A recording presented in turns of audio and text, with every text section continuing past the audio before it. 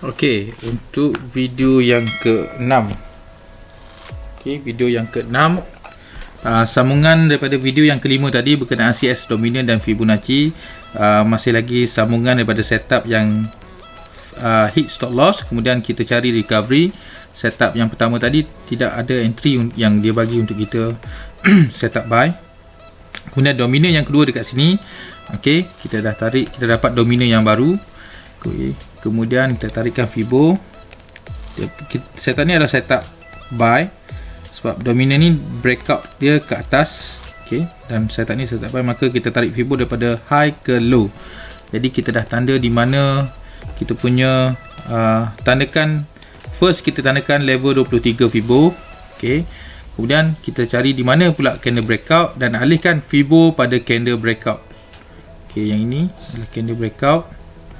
Tarik daripada high ke low dan tandakan level 38.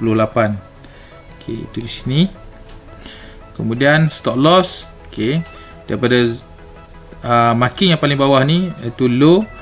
Okey, tarikkan 20 pip ataupun 30 pip, terpulang kepada anda berapa yang anda sanggup risikokan ataupun stop loss yang anda nak, yang anda boleh setkan. Kemudian TP adalah pada level Fibo 161 ataupun Fibo 261.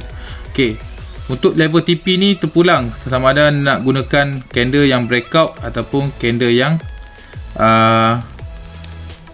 dominan. Okey, 161 untuk dominan ataupun 161 untuk candle breakout. Tetapi saya lebih suka kalau kaedah macam ni, saya lebih suka ataupun saya tengok banyak lebih sharp ataupun lebih relevant untuk kita ambil pada candle yang breakout. Okey, pada candle yang breakout. Okey, kemudian kita dah tandakan kita punya TP 1 di level 161 dan TP 2 pada level 261. Okey, TP 2. Sekarang kita delete kita punya Fibo. Okey. Anggap waktu ni market masih belum bergerak. Okey, setup yang hit stop loss tadi saya dah ceritakan video yang keempat dan kelima.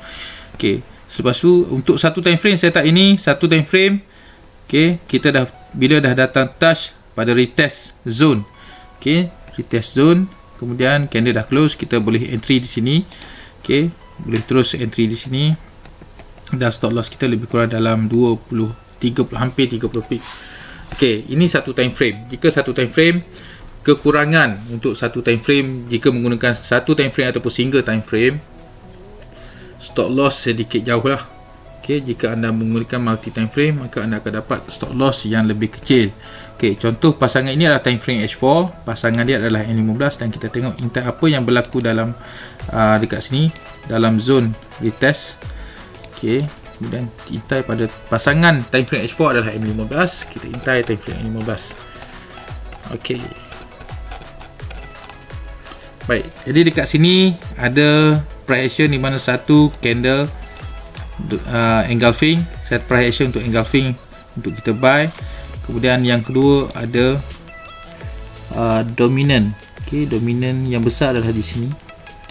Candle dominan breakout buy, dan yang kecil itu dominan dalam dominan adalah yang ini.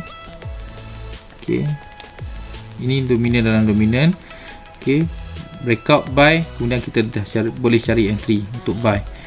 Okey. Contoh kita nak filter juga dekat kita punya price action pada time frame 15. Contoh dekat sini ini adalah dominan yang major. Okey, kita gunakan kaedah dominan dalam dominan. Contoh dekat sini. Ini adalah candle breakout. Ini candle dominan dan ini candle breakout. Okey. Baik, kita tandakan Fibo, kita filter kaedah yang sama. Gunakan Fibo, tandakan level 23. First tandakan level 23 dahulu. Okey. Kemudian alihkan Fibo pada candle yang breakout. Okey. Yang ini lebih kurang level, dan cari level 38. Level 38 lebih kurang dekat sini. Okey. Kemudian delete kita punya Fibo. Okey. Untuk zone. Okey, untuk zone price action untuk M15. Jadi dia punya zone dia adalah di sini selepas breakout. Untuk kita cari buy. Dan stop loss kita adalah daripada low marking kita, tarik 10 pip. Bila kita kecilkan pada, kita menggunakan multi time frame, jadi stop loss kita lebih kecil. Kita boleh setkan, terpulang kepada anda nak setkan 5 pip, 10 pip ataupun 15 pip. Kebiasaan paling besar stop loss untuk time frame yang kecil adalah 15 pip.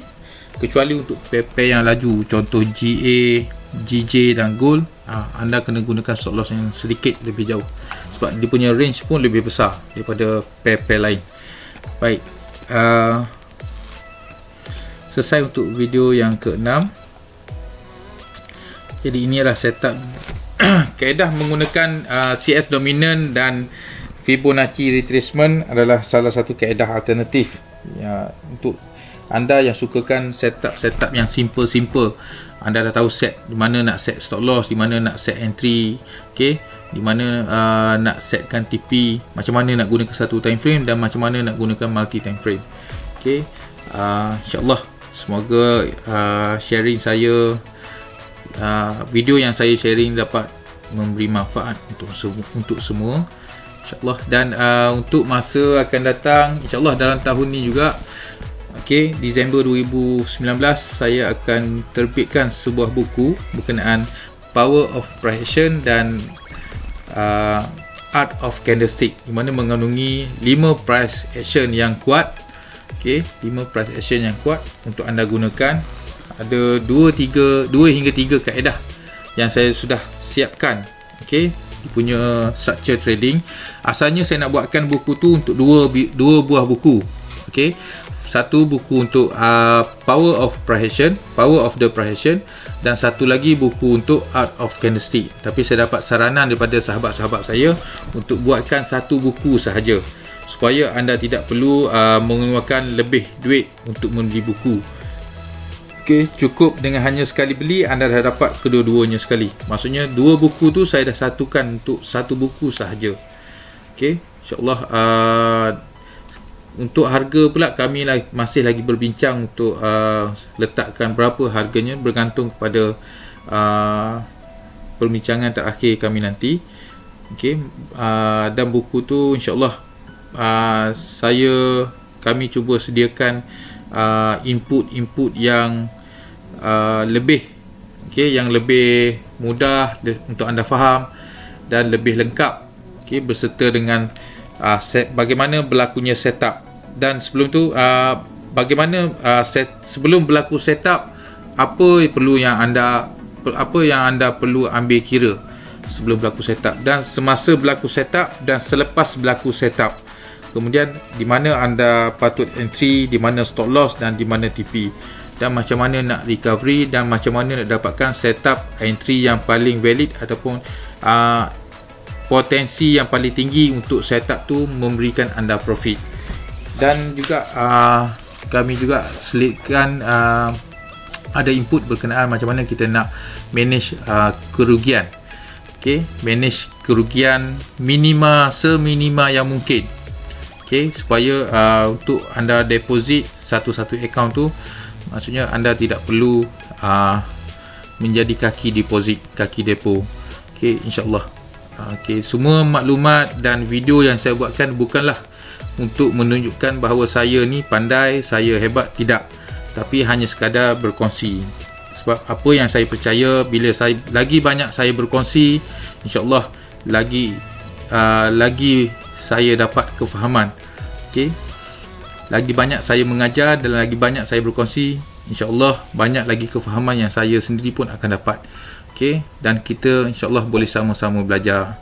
Cuma apa yang saya tahu, apa yang saya belajar sebelum ni, insya-Allah saya akan bukukan. Okey, sekian daripada saya.